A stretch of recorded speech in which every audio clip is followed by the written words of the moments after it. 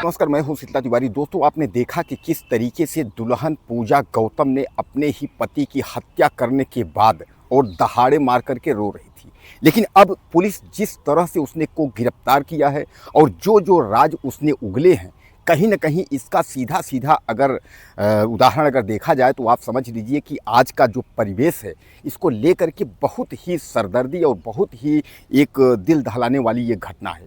हालांकि मैं आपको बता दूं कि सुल्तानपुर की घटना यह पहली घटना नहीं है। उत्तर प्रदेश समेत पूरे देश में इस तरीके की घटनाएं जिस तरह से घटित हो रही हैं, तो कहीं न कहीं यह समाज में एक नया संदेश दे रही हैं। और नया संदेश यह दे रही हैं कि अब जो है कहीं न कहीं जो संस्कार थे, यानी जो पत्नी का रिश्ता था, वह रिश्ते अब मिट्टी में मिल चुके हैं। अब कोई परिवार में ना कोई रिश्ता बचा हुआ है और ना कोई संस्कार बचा हुआ है। आपने देखा था कि अभी तक 2 दर्जन से ज़्यादा जो है पत्नियां अपने प्रेमी के चक्कर में जो है अपने पतियों की हत्या कर चुके हैं। और इसमें 2 दर्जन जो मामले हैं वो हाईलाइटेड मामले हैं। बाकी जो मामले हैं वह या तो पुलिस के पास पहुंच नहीं पाए, या तो उनका एफआईआर दर्ज नहीं हो पाया, या तो हो सकता है कि वह परिवार कमज़ोर रहा हो, जिसके वजह से जो है उसकी छीछा-लेदर हो गई और कंप्लेन दर्ज नहीं हो पाया। इसका मतलब कुल मिलाकर के आप समझ लीजिए कि उत्तर प्रदेश से लेकर के पूरे देश की अगर हम बात करें तो इस समय जो पुरुषों के साथ, यानी जो पतियों जो नई शादियां हो रही हैं, उन पतियों के साथ जो प्रताड़ना हो रही है, उसके लिए अब जगह जगह से भी आवाज़ उठने लगी है।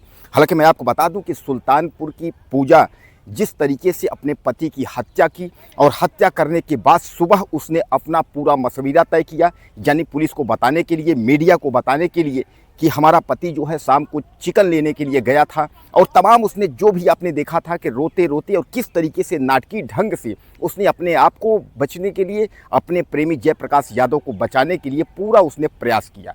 लेकिन जो वहाँ के चांदा थाना के जो प्रभारी थे, उन्होंने जो है दूध का दूध पानी का पानी कर दिया। उन्होंने साबित कर दिया कि यही पूजा ही जो है हत्यारन है, यानी जो है इसने ही अपने पति की हत्या करने वाली जो है मुख्य मास्टरमाइंड है।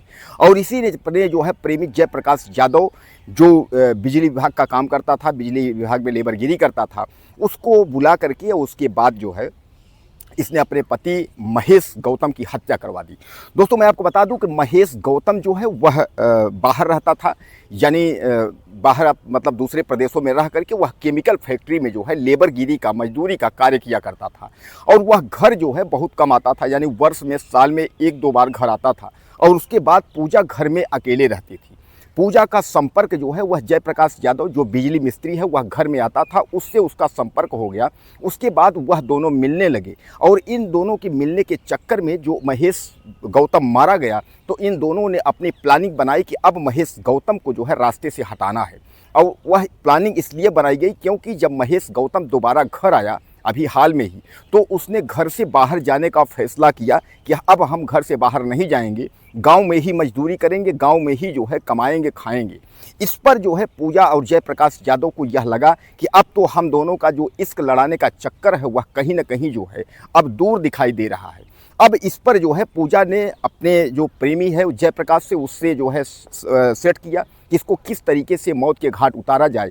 तो महेश गौतम को जो है जयप्रकाश यादव बुलाता है, उसके बाद जो है उसको खूब सारा शराब पिलाता है और यह आश्वासन देता है, यानी भरोसा दिलाता है कि हम तुमको घर पहुंचाएंगे। उसके बाद घर न पहुंचा करके घर के सामने एक महुए का पेड़ है, उसके नीचे जो है वह लिटा देता है। और लिटाने के बाद जो है पूजा को टेलीफोन करता है। पूजा मौके पर पहुंचती है। जब पूजा मौके पर पहुंचती है तो पूजा के सामने उसका प्रेमी जयप्रकाश यादव, यानी महेश गौतम का, यानी पूजा के पति का जो है गला काट करके हत्या कर देता है।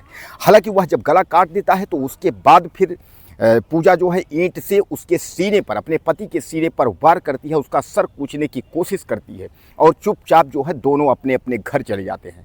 यानी पूजा भी अपने घर चली जाती है और जयप्रकाश जो यादव है वह भी अपने घर चला जाता है। अब इधर सुबह जो है पूजा गांव वालों के साथ, घर वालों के साथ जब पता चला कि उसके पति की हत्या हो गई है, तो वह बैठ करके जो है रोना रोना शुरू कर दी। यानी रोना धोना इसलिए शुरू कर दी ताकि नाटकीय ढंग में, ताकि यह पता न चले कि हमने ही अपने पति को जो है मरवाया है। और इस तरीके का उसने नाटक और दहाड़े मार करके रोना, मीडिया से बताना, पुलिस से बताना, ताकि जो है हम सेफ बच जाएं। लेकिन दोस्तों उसके बाद जब उसका नंबर सर्विलांस पे डाल करके और उसके बाद पुलिस ने चेक किया तो पता चला जिस वक्त जो है महेश गौतम यानी पूजा के पति की मौत हुई थी, उस समय किसी दूसरे नंबर पर पूजा गौतम ने कम से कम 20 से ज़्यादा बार कॉल किया था और वह नंबर कोई और नहीं था, वह नंबर जो है जयप्रकाश यादव का था। जब पुलिस ने खंगाला डाटा तो जयप्रकाश यादव जो है पकड़ा गया। जयप्रकाश यादव, और जब पूजा को अकेले में पूछताछ की गई तो इन्होंने अपना जुर्म जो है कबूल लिया। इन्होंने बताया कि हाँ, हमने ही जो है एक दूसरे से प्यार करते थे और आज काफ़ी दिन से प्यार करते थे। जबकि पूजा के 3 बच्चे भी हैं, मासूम बच्चे हैं। हालांकि उनकी जिम्मेदारी ग्राम प्रधान ने ली है। उन्होंने कहा है कि इन बच्चों का देख रेख हम जो है करेंगे जब तक यह लोग जेल चले गए। यानी पिता तो उसकी हत्या माँ और प्रेमी ने मिल करके कर दिया, और इधर पूजा को भी हत्या के जुर्म में जो है पुलिस ने जो है जेल भेज दिया। अब कहीं ना कहीं जो है सबसे बड़ा सवाल ये उठता है कि अब उन बच्चों का क्या होगा, जो उनका क्या दोष था कि जिन बच्चों को, मासूम बच्चे, उनको कुछ पता नहीं था। तो दोस्तों जिस तरीके की पूजा ने यह कहानी गढ़ी, इस तरीके की कहानी में आपको याद होगा कि राजा रघुवंशी और सोनम रघुवंशी, इंदौर की कहानी आपने देखी होगी। किस तरीके से ये हनीमून का जो है बहाना लेकर के और उसके बाद सोनम रघुवंशी राजा को मौत के घाट उतार दिया। लेकिन सच्चाई छुप नहीं सकी और वह भी जो है, हालांकि पुलिस और प्रशासन को मशक्कत करनी पड़ी, लेकिन वह भी जेल के सलाखों में है।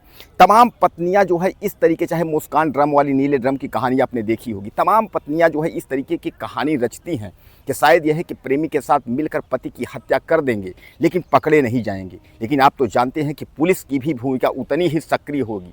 जितना हम आप सोच कर चलते हैं उतना पुलिस को ट्रेनिंग में दिया जाता है, उसको बताया जाता है कि कातिल की दिमाग कहाँ तक और किस तरीके से और कहाँ तक होगा। हालांकि मैं आपको बता दूं कि यह कोई नया परिवेश नहीं है।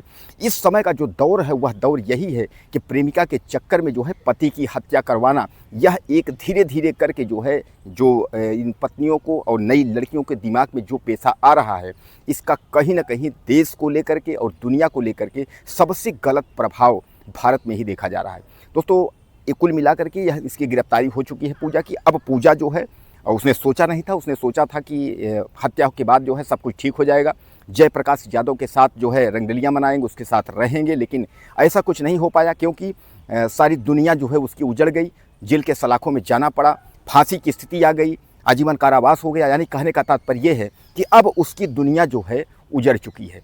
पहले तो पति की खुद मास्टरमाइंड जो है मिलकर प्रेमी के साथ हत्या करवा दी, अब दूसरी ओर जो है पुलिस जो है पकड़ करके जेल में डाल दी, चक्की पीसने की स्थिति है। उसके पिता भी जो है उसके फांसी का मांग कर रहे हैं, यानी उसके जो माँ बाप हैं पूजा के, उसके वो भी फांसी का मांग कर रहे हैं कि अगर इतना जो है इतनी बड़ी मास्टरमाइंड है तो इसको जीने का कोई अधिकार नहीं है और इसको जो है फांसी होनी चाहिए। दोस्तों आपको क्या लगता है पूजा के बारे में? अपनी राय मुझे आप ज़्यादा से ज़्यादा दीजिएगा। चैनल को सब्सक्राइब करें, अगले वीडियो में फिर मिलते हैं। नमस्कार।